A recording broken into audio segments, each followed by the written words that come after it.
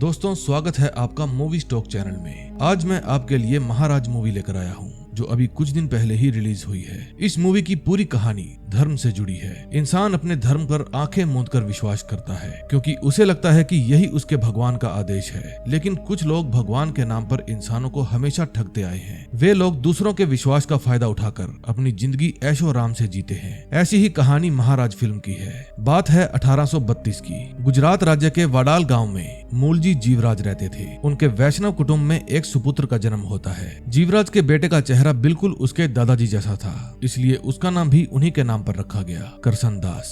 करसन दास को अपने नाम के पीछे दास लगा होने से शुरू से ही आपत्ति थी, जिसे समय आने पर वो जताता भी है। धीरे धीरे करसन बड़ा होता है और उसके साथ करसन के मन के सवाल भी उतने ही बड़े होते जाते हैं। जब करसन अपने माता पिता के साथ बैठा पूजा कर रहा था, तब वो देखता है कि पंडित जी अग्नि में अनाज डाल रहे हैं। फिर वो पंडित जी से पूछता है कि अग्नि में अनाज क्यों डाला जाता है। पंडित जी जवाब देते हैं कि ये सीधा भगवान तक पहुंचता है। फिर करसन सवाल करता है कि क्या अग्नि को भगवान का पता मालूम है। करसन का सवाल सुनकर सभी हैरान रह जाते हैं। इसी तरह धर्म से जुड़े सवाल करसन के मन में बार बार उठते रहते हैं। 10 साल की उम्र में करसन की माँ गुजर जाती है। फिर उसके पिता दूसरी शादी कर लेते हैं। तभी करसन के मामा करसन को अपने साथ मुंबई ले जाते हैं। उस समय बम्बई कपास के व्यापारियों का गढ़ हुआ करता था। बम्बई में उस समय 7 हवेलियां थी। उन हवेलियों में से एक हवेली कालबा देवी के बीचों बीच बसी थी। उस समय हुकूमत तो अंग्रेजों की थी, लेकिन पूजा जाता था जेजे को। जेजे यानी हवेली का मुख्य महाराज। करसन के मामा का घर हवेली के पास ही था। करसन सबसे पहले घर जाकर अपनी विधवा भाभी से मिलता है, जिन्हें वो भाबू कहकर बुलाता है। धीरे धीरे करसन बड़ा होता है और मुंबई का ही एक हिस्सा बन जाता है। करसन की सोच हमेशा से ही क्रांतिकारी थी, जो दादा भाई नौरोजी जैसे लोगों से प्रभावित थी। करसन उनके अखबार रास्त गुफ्तार के लिए अक्सर लेख लिखा करता था और अपने लेख के जरिए देश में चल रही सामाजिक प्रथाओं और धार्मिक प्रथाओं दोनों के ही प्रति लोगों को जागरूक करने की कोशिश करता था। तभी हम देखते हैं आज होली का त्योहार था। करसन सबसे पहले घर में अपनी भाबू को रंग लगाता है और उसके बाद वो अपनी मंगेतर किशोरी को रंगने के लिए निकल जाता है। किशोरी के साथ करसन की सगाई काफी साल पहले ही हो चुकी है, लेकिन वो तो बस इंतजार कर रहा था कि कब उसकी पढ़ाई पूरी हो और उसके बाद करसन उससे शादी कर लेगा। जब करसन किशोरी से मिलता है तो किशोरी उसे रंग लगाने से मना कर देती है। वो कहती है कि सबसे पहले मैं जे कृष्ण लला को रंग लगाऊंगी और उसके बाद ही पूरे शहर के लोग होली खेलेंगे। फिर करसन उसे बहुत समझाता है कि ऐसा कुछ नहीं है, हम लोग होली खेल सकते हैं। लेकिन किशोरी उसे ये कहकर चुप करा देती है कि धर्म प्यार से बड़ा होता है और फिर वो वहाँ से चली जाती है। तभी जे भगवान को रंग लगाते हैं और उसके बाद होली का त्योहार शुरू किया जाता है। किशोरी के साथ शहर की और भी कई लड़कियां जे के सामने अपना नाच प्रस्तुत करती हैं। फिर जे अपने सिंहासन से उठते हैं और सभी लड़कियों में से सबसे पहले किशोरी को रंग लगाते हैं। उसके बाद जे किशोरी को अपनी चरण सेवा के लिए हवेली में आमंत्रित करते हैं। ये देख भाबू और घर के सभी लोग बहुत खुश होते हैं क्योंकि जे ने सभी को छोड़कर चरण सेवा का मौका सिर्फ किशोरी को ही दिया था। उसके बाद किशोरी चरण सेवा के लिए हवेली में जाती है। उस समय करसन सभी जगह पर किशोरी को ढूंढ रहा था। तभी किशोरी की छोटी बहन करसन को बताती है कि किशोरी को चरण सेवा के लिए चुना गया है। अब करसन को पता नहीं था कि ये चरण सेवा क्या होती है, इसलिए वो सीधा हवेली जाता है। फिर हवेली पहुंचकर करसन को पता चलता है कि अगर आम लोगों को चरण सेवा देखनी है तो उन्हें बदले में बहुत सारे पैसे देने पड़ेंगे और फिर वे कमरे के बाहर खड़े होकर खिड़कियों से देख सकते हैं। फिर करसन भी खिड़की के पास जाता है और किशोरी को देखता है, लेकिन उसने जो दृश्य देखा उसे देखकर करसन के पैरों तले जमीन खिसक जाती है। उस समय किशोरी महाराज जे के साथ संभोग कर रही थी और इसे ही कहते हैं चरण सेवा। ये देखकर करसन क्रोधित होकर किशोरी का नाम चिल्लाता है। फिर करसन बाहर से पहरेदार को धक्का देकर कमरे के अंदर चला जाता है। करसन को कमरे के अंदर घुसा देखकर खिड़की से चरण सेवा देख रहे लोग चिल्लाने लगते हैं कि करसन ने भगवान के काम में बाधा डाली है, उसे पाप लगेगा। लेकिन करसन उन सभी को चिल्लाकर कहता है कि वे सभी अभी यहाँ से चले जाएं। उसके बाद वो किशोरी से सवाल करने लगता है कि चरण सेवा के नाम पर तुम ये क्या कर रही हो। लेकिन किशोरी उसे बताती है कि ये चरण सेवा है। उसके बाद वो करसन से कहती है कि तुम यहाँ से चले जाओ, मैं थोड़ी देर में घर आऊंगी। फिर करसन गुस्से में आकर वहाँ से चला जाता है। घर जाकर करसन फूट फूट कर रोने लगता है, ये सोचकर कि उसकी मंगेतर ने ऐसा क्यों किया। फिर वो पूरा दिन उसी दृश्य के बारे में सोचता रहता है। फिर अगली सुबह किशोरी करसन से मिलने आती है। फिर किशोरी करसन से माफी मांगती है और उसको समझाती है कि ये प्रथा बरसों से चली आ रही है। एक न एक दिन सभी स्त्रियां चरण सेवा के लिए जाती हैं, लेकिन करसन उस पर चिल्लाने लगता है क्योंकि अपने पति को छोड़कर किसी और के साथ ये सब करना प्रथा नहीं पाप है। फिर करसन किशोरी के साथ अपनी सगाई भी तोड़ देता है और गुस्से में वहाँ से चला जाता है। फिर किशोरी रोती हुई जे के पास जाती है और उसे सारी बात बताती है कि करसन ने उसके साथ सगाई तोड़ दी है। फिर जेजे उसे समझाता है कि उसे रोने की कोई जरूरत नहीं, ये सब तो होता ही रहता है। उसके बाद जेजे किशोरी से कहता है कि आज से वो उसकी खास है और उसकी लाडली है। ये शब्द किशोरी के दिमाग में बस जाते हैं। फिर जेजे की खास होने की बात सुनकर वो खुश हो जाती है और वहीं पर सो जाती है। जब किशोरी सोकर उठती है तो देखती है जेजे वहाँ पर नहीं है। फिर जब किशोरी वहाँ पर खड़ी औरत से पूछती है तो वो बताती है कि जेजे शाम की आरती के लिए गए हैं। फिर किशोरी कमरे से बाहर आती है और आंगन में टहलने लगती है। टहलते समय किशोरी को जेजे की चरण पादुका सामने वाले कमरे के बाहर दिखती है। फिर किशोरी कमरे के अंदर जाने ही वाली थी कि तभी बाहर से उसे जेजे की आवाज सुनाई देती है। उस समय जेजे किसी दूसरी लड़की को कह रहे थे कि आज से तुम जेजे की खास हो। ये सुनकर किशोरी को थोड़ा आश्चर्य होता है क्योंकि यही वाक्य जेजे ने उसको भी कहे थे। फिर उसके बाद जेजे अंदर बैठी लड़की को चरण सेवा प्रारंभ करने के लिए कहते हैं। तभी किशोरी जब चुपके से दरवाजे के अंदर झांकती है तो उसे पता चलता है कि वो तो उसकी छोटी बहन है जो जेजे के समक्ष खड़ी है। अब किशोरी को समझ में आ जाता है कि ना जाने जेजे ने कितनी लड़कियों के साथ ऐसा किया है। फिर किशोरी दरवाजा खोलकर अंदर आ जाती है और अपनी बहन देवी को खींचकर एक थप्पड़ देती है। जाते जाते वो जेजे से कहती है कि जेजे ने उसका विश्वास तोड़ा है। फिर वे दोनों घर चले जाते हैं। घर जाकर किशोरी अपनी बहन को समझाती है। आज जो भी हुआ किशोरी उसके कारण अंदर से टूट चुकी थी क्योंकि धर्म के चक्कर में उसने अपने प्यार को खो दिया था। फिर किशोरी को करसन की कही हुई एक एक बात याद आने लगती है। अब उसे समझ में आता है कि जो करसन का हक था वो तो उसने जेजे को दे दिया। अगले सीन में हम देखते हैं करसन के मामा करसन पर चिल्ला रहे थे क्योंकि उसने किशोरी से सगाई तोड़ दी थी। वे उसे बहुत समझाते हैं कि किशोरी के परिवार की नाक कट जाएगी, इसलिए वो किशोरी से विवाह कर ले। लेकिन करसन का निर्णय अडिग था। वो साफ साफ मना कर देता है कि वो किशोरी से विवाह नहीं करेगा। उसके बाद भाबू करसन को घर से निकाल देती है। फिर करसन पूरी रात प्रेस के बाहर गुजारता है। अगली सुबह सेठ गोकुल दास और सोहराब जी करसन से मिलने के लिए जाते हैं। ये दोनों हमेशा करसन दास के लेख पढ़ा करते थे और उनसे प्रभावित भी हुआ करते थे। फिर जब करसन उन्हें सारी बात बताता है तो वे दोनों एक दूसरे का मुंह देखकर हंसने लगते हैं। अगले सीन में हम जेजे को अपनी पत्नी के साथ देखते हैं। वे दोनों ही करसन दास के ऊपर चर्चा कर रहे थे। तभी उनका सेवक वहां आता है और जेजे को बताता है कि श्याम जी और उनकी बहन लीलावती दोनों आपसे मिलने आए हैं। लीलावती वही स्त्री है जिसके साथ जेजे ने चरण सेवा की थी। फिर श्याम जी जेजे के चरणों में गिरकर रोने लगता है और जेजे से कहता है कि वो उसकी बहन की इज्जत बचा ले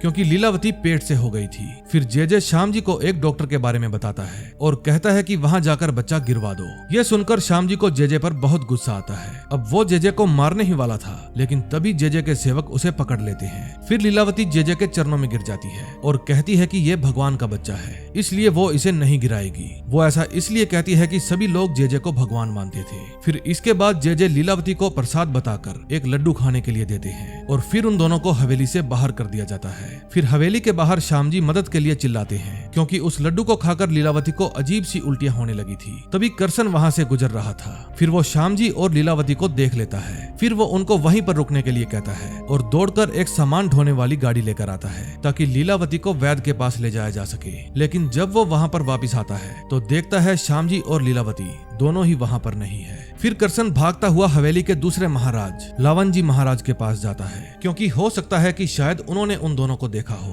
फिर करसन महाराज से हवेली के बाहर बैठे दो लोगों के बारे में पूछता है लेकिन वो जवाब देते हैं कि ना जाने ऐसे कितने ही लोगों को ये हवेली निगल चुकी है। फिर करसन दास उनसे सवाल करने लगता है कि वे और हवेली के अन्य महाराज उनके खिलाफ आवाज क्यों नहीं उठाते। लेकिन लावन जी महाराज अपना सिर नीचे कर लेते हैं क्योंकि हवेली की सारी संपत्ति जेजे की प्रतिभा से ही आई है, इसीलिए वे सभी जेजे के खिलाफ नहीं जा सकते थे। फिर लावन जी महाराज की बातें सुनकर करसन दास उदास हो जाता है और वहां से चला जाता है। अगली सुबह करसन दास नारोजी भाई के पास जाता है और उनको सारी बात बताता है। वो उनसे कहता है कि हवेली में जो कुछ भी हो रहा है वो सभी लोगों के सामने लाना जरूरी है। लेकिन नरोजी भाई उसे समझाते हैं कि जब हवेली के अंदर रहकर लावन जी महाराज कुछ नहीं कर पाए तो वे लोग क्या कर सकते हैं। नरोजी भाई करसन को एक पिता की तरह समझाते हैं कि अगर वो बदलाव लाना चाहता है तो उसकी शुरुआत उसे खुद से करनी होगी, यानी कि उसे किशोरी को माफ कर देना चाहिए और उसे सुधरने का एक मौका देना चाहिए। फिर करसन को नरोजी भाई की बात बिल्कुल सही लगती है और वो ये तय करता है कि वो आज ही किशोरी को माफ कर देगा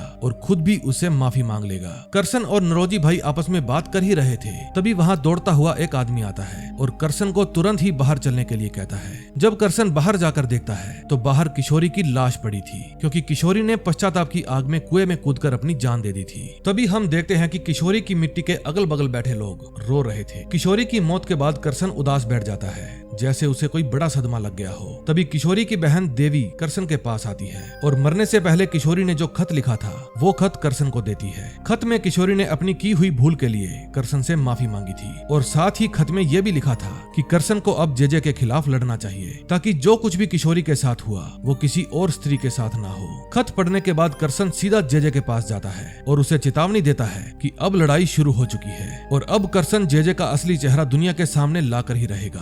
फिर अगले दिन करसन नरोजी भाई को एक पत्र लिखता है और उसे अपने अखबार में छापने के लिए कहता है, लेकिन नरोजी भाई करसन का पत्र छापने से मना कर देते हैं क्योंकि पत्र में करसन ने सीधा निशाना जेजे पर साधा था और उनके पत्र को बहुत सारे वैष्णव पढ़ा करते थे जो अपने महाराज के खिलाफ इतना बड़ा इल्जाम बर्दाश्त नहीं कर पाएंगे। फिर सेठ गोकुलदास और सोहराब जी वे दोनों भी नरोजी भाई की बात से सहमत होते हैं। फिर करसन बहुत सोचता है और तय करता है कि अब वो खुद की ही पत्रिका निकालेगा और उसका नाम रखेगा सत्य प्रकाश। करसन की ये बात सभी को सही लगती है और फिर वे सत्य प्रकाश निकलवाने में उसकी हेल्प करते हैं। फिर करसन सोहराब जी बाई से एक जगह लेकर वहीं पर अपनी प्रेस खोल लेता है। अब रात हो जाती है और सत्य प्रकाश का पहला पत्र छपकर तैयार हो जाता है। करसन दास के यहाँ काम करने वाले नानू भाई इस पत्रिका की सभी प्रतियां लेकर गाड़ी में निकलते हैं, लेकिन रास्ते में उन्हें जेजे के आदमी रोक लेते हैं और सारी पत्रिकाएं जला देते हैं। इधर जेजे जब उन पत्रिकाओं को देखता है तो उसे क्रोध आ जाता है। फिर वो आदेश जारी करता है कि कल से हवेली के पट बंद रहेंगे, ना तो सुबह की आरती होगी और ना ही शाम की। फिर लवनजी भाई जेजे को समझाते हैं कि भक्त मंगल दर्शन किए बिना अन्न का एक भी निवाला नहीं खाएंगे, लेकिन जेजे उनकी बात पर हंसने लगता है क्योंकि यही तो वो चाहता था कि उसके भक्त खुद करसन को खींचकर वहां पर लाएं और जेजे के समक्ष माफी मंगवाएं। अगली सुबह हवेली के बाहर बोर्ड लग जाता है कि जब तक करसन दास जेजे से माफी नहीं मांगेगा तब तक हवेली के पट बंद रहेंगे। सभी भक्त बोर्ड पढ़ने के बाद करसन को चिल्ला चिल्लाकर बुलाने के लिए कहते हैं, लेकिन करसन ने इस मुश्किल से निकलने के लिए एक तरीका सोच रखा था। वो भगवान की एक तस्वीर लेकर आता है और हवेली के बाहर स्थित पेड़ के नीचे रख देता है। उसके बाद वो सभी भक्तों को समझाता है कि वे लोग अपनी भूख का फायदा जेजे को मत उठाने दें। भगवान तो वही है, हवेली के अंदर भी और हवेली के बाहर इस तस्वीर में भी। इसलिए वे सभी लोग आज यहीं पर अपनी पूजा करके अपना भोजन ग्रहण करें। उन सभी लोगों को करसन की बात सही लगती है। इसके बाद लवनजी महाराज भी वहाँ पर आ जाते हैं और उस तस्वीर के सामने मंगल आरती करते हैं। अब करसन ने जेजे का सारा खेल खराब कर दिया था। अगले सीन में हम देखते हैं विराज नाम की एक लड़की करसन के पास काम की अर्जी देने आती है और करसन उसे काम पर रख लेता है। अब जेजे फिर से एक नई चाल चलता है और करसन के पिता को गुजरात से बुलवा लेता है। वो करसन के पिता को कहता है कि वे अपने बेटे को समझा लें, नहीं तो कुछ बुरा हो सकता है। फिर करसन के पिता करसन के पास जाते हैं और उसे अपनी पत्रिका में छापने के लिए एक पत्र देते हैं। पत्र में लिखा था कि आज से उनका और करसन का कोई भी नाता नहीं है और ना ही उनकी जायदाद पर करसन का कोई हक। उन्हें लगता था कि ये सुनकर करसन मान जाएगा, लेकिन करसन नहीं मानता। फिर करसन विराज को ये पत्र छापने के लिए कहता है और उसे सत्य प्रकाश में छपवा देता है। फिर करसन के पिता नाराज होकर वहाँ से चले जाते हैं। अगले सीन में हम देखते हैं करसन दास नदी के किनारे पर बैठा था। फिर विराज उसके पास आती है और उसे थोड़ा हंसाने की कोशिश करती है। उस समय करसन काफी उदास था क्योंकि इस लड़ाई में उसने अपने पूरे परिवार को खो दिया था, लेकिन विराज उसे समझाती है और उसे प्रोत्साहित करती है। उसके बाद विराज करसन से अपने प्यार का इजहार करती है और उसे बताती है कि जब से उसने उसका पहला लेख पढ़ा है तभी से वो उसे प्यार करती है, लेकिन करसन अभी उसे शादी करने के लिए मना कर देता है क्योंकि वो अपने और अपने लक्ष्य के बीच में किसी को भी आने नहीं देना चाहता था। अब हवेली में दान की कमी होने लगी थी, इसलिए जेजे को मजबूरन हवेली के पट खोलने पड़े क्योंकि सभी भक्त हवेली के बाहर ही पूजा करने लगे थे। लेकिन जेजे भी हार नहीं मानता। इस बार वो नई चाल चलता है और करसन पर 50,000 रुपए का मान हानि का केस कर देता है। जब ये बात करसन को पता चलती है तो वो उदास हो जाता है क्योंकि उसके पास ना तो गवाह थे और ना ही 50,000 रुपए थे। तभी सेठ गोकुलदास अपने साथ कुछ लोगों को लेकर वहाँ पर आते हैं जो जेजे के खिलाफ गवाही देने के लिए तैयार थे। उन सभी की बहन बेटियों के साथ भी जेजे ने वही किया था जो वो बाकियों के साथ किया करता था। करसन की उम्मीदें एक बार फिर से जागती हैं। फिर वो अपने वकील को लेकर हवेली में जाता है और एक बार फिर से जेजे को चेतावनी दे देता है कि जेजे केस लड़ने के लिए तैयार हो जाए। फिर करसन कोर्ट में जाने के लिए तैयारियां करने लगता है। तभी गोकुलदास दौड़ते हुए करसन के पास आते हैं और बताते हैं कि जेजे ने सभी गवाहों को धमकी दे दी है कि अगर उन्होंने गवाही दी तो अच्छा नहीं होगा। गोकुलदास और करसन बात कर ही रहे थे कि तभी वहाँ पर एक आदमी आता है और दौड़कर करसन को बाहर चलने के लिए कहता है। जब करसन बाहर जाकर देखता है तो पाता है कि उसकी सत्य प्रकाश की इमारत बहुत तेजी से जल रही है। अब करसन तुरंत ही समझ जाता है कि ये जेजे का ही काम है। अब करसन फिर से उदास हो जाता है और उसके बगल में बैठी विराज उसे समझाने लगती है। तभी वहाँ पर एक आदमी आता है और करसन से कहता है कि उसे जेजे की पत्नी ने तुरंत बुलाया है। फिर जब करसन जेजे की पत्नी के पास जाता है तो वो उसे एक घर का पता बताती है और कहती है कि करसन वहाँ जाएगा तो उसे एक गवाह मिल जाएगा। फिर करसन तुरंत ही उस पते पर पहुँचता है। घर के अंदर श्याम जी और उसकी बहन लीला होती है।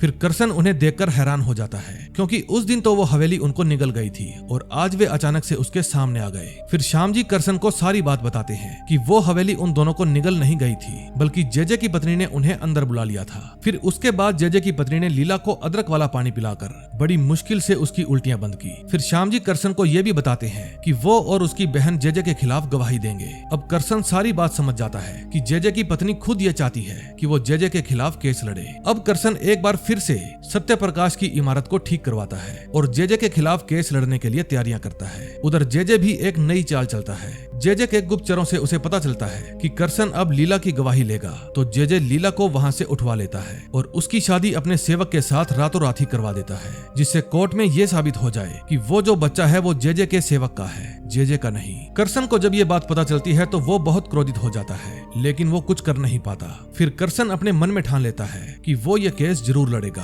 और जेजे को उसके कर्मों की सजा दिलवा कर ही रहेगा। अब कोर्ट में जाने का दिन आ जाता है। जेजे के हजारों भक्त कोर्ट के बाहर खड़े होकर उसका समर्थन कर रहे थे लेकिन फिर भी करसन उनसे नहीं घबराता। करसन का वकील सबसे पहले गवाही के लिए जेजे के पर्सनल डॉक्टर रामकृष्ण को बुलाते हैं। डॉक्टर सभी को बताते हैं कि जेजे को चांदी का रोग है। चांदी का रोग आदमी को तब होता है जब वो एक से ज्यादा स्त्रियों के साथ संभोग करता है, लेकिन जेजे अपनी बात को तुरंत घुमा देता है। वो कहता है कि उसने अपने डॉक्टर से चांदी का रोग नहीं बल्कि चांदा का रोग कहा था, जो एक प्रकार के फोड़े फिंसी निकलने वाली बीमारी है। डॉक्टर को शायद सुनने में फर्क रह गया होगा। अब जेजे को यकीन था कि उसके चले हुए दाव से वो बच जाएगा, लेकिन उसका डॉक्टर कहता है कि कोर्ट किसी और डॉक्टर को बुलवाकर जेजे का मेडिकल चेकअप करवाए ताकि ये क्लियर हो जाए कि जेजे को कौन सा रोग है। अब जेजे फिर से फंस जाता है। फिर अगली गवाही के लिए जेजे के सेवक को बुलाया जाता है। उनसे जब पूछा जाता है कि लीला क्या उनकी पत्नी है तो वो हाँ में जवाब देता है। वो कहता है कि वो मेरी पत्नी भी है और उसके पेट में जो बच्चा है वो भी मेरा है, लेकिन वकील ने तो बच्चे के बारे में कुछ पूछा ही नहीं था। फिर सेवक घबरा जाता है और अपनी ही चली हुई चाल में फंस जाता है। इसके बाद करसन का वकील सभी को ये बताता है कि ये बच्चा जेजे का ही है, जिसे कल रात जेजे ने अपने सेवक के साथ शादी करवाकर उसके ही नाम कर दिया। फिर जेजे को अपनी इतनी घोर बेइज्जती बर्दाश्त नहीं होती। फिर जेजे करसन के वकील को सावधान करता है, ये कहकर कि बाहर जो जनता खड़ी है वो अपने भगवान का अपमान बर्दाश्त नहीं करेगी। अब आखिरी गवाही करसन खुद देता है। करसन कोर्ट में बैठे सभी लोगों को बहुत समझाता है कि ये चरण सेवा जैसी प्रथाएं गलत है। पत्नी पर पहला अधिकार उसके पति का होता है तो सभी लोग ऐसा क्यों मानते हैं कि पत्नी को सबसे पहले महाराज छुएंगे और बाद में उसका पति। फिर करसन बड़ी बड़ी व्याख्याएं देता है और अपने आखिरी शब्दों में कहता है, अब जिसको मेरा साथ देना है दे, वरना मैं अकेला ही ठीक हूँ। जेजे को पूरा यकीन था कि करसन का साथ कोई नहीं देगा, लेकिन पीछे से एक आवाज आती है, मैं साथ दूंगी। फिर सभी पीछे मुड़कर देखते हैं तो पीछे करसन की भाभी खड़ी थी। भाभी की बात सुनकर और महिलाएं भी करसन का साथ देने के लिए खड़ी हो जाती हैं और जेजे केस हार जाता है। करसन के ऊपर लगा मानहानि का दावा भी समाप्त हो जाता है। फिर जब जेजे कोर्ट से बाहर निकलता है तो उसके सभी भक्त उसे घृणा की दृष्टि से देखते हैं। अब जेजे का कोई भी भक्त उसके साथ नहीं था क्योंकि उसके काले कारनामों का अंत हो चुका था। करसन किशोरी के खत में लिखा वादा पूरा करता है और इसी के साथ इस मूवी का भी अंत हो जाता है। दोस्तों, इस मूवी में हमें यह दिखाया गया है कि हमें किसी पर भी आंख मूंदकर विश्वास नहीं करना चाहिए। लोग भगवान के नाम पर इंसानों को ठगने की कोशिश करते हैं, जैसे जेजे ने किया। अपने अपने धर्म को हर व्यक्ति मानता है क्योंकि उसका धर्म ही उसकी जान है और उसकी पहचान है, लेकिन जो गलत है उस पर आवाज उठाना जरूरी है, क्योंकि अगर हम आवाज नहीं उठाएंगे तो कोई नहीं उठाएगा। उम्मीद है आपको ये मूवी और एक्सप्लेनेशन अच्छी लगी होगी, और अगर आप इस तरह की मूवी और देखना चाहते हैं तो हमारे चैनल को सब्सक्राइब कर लें। हम मिलेंगे नए दिन नई मूवी के साथ। Till then, bye bye.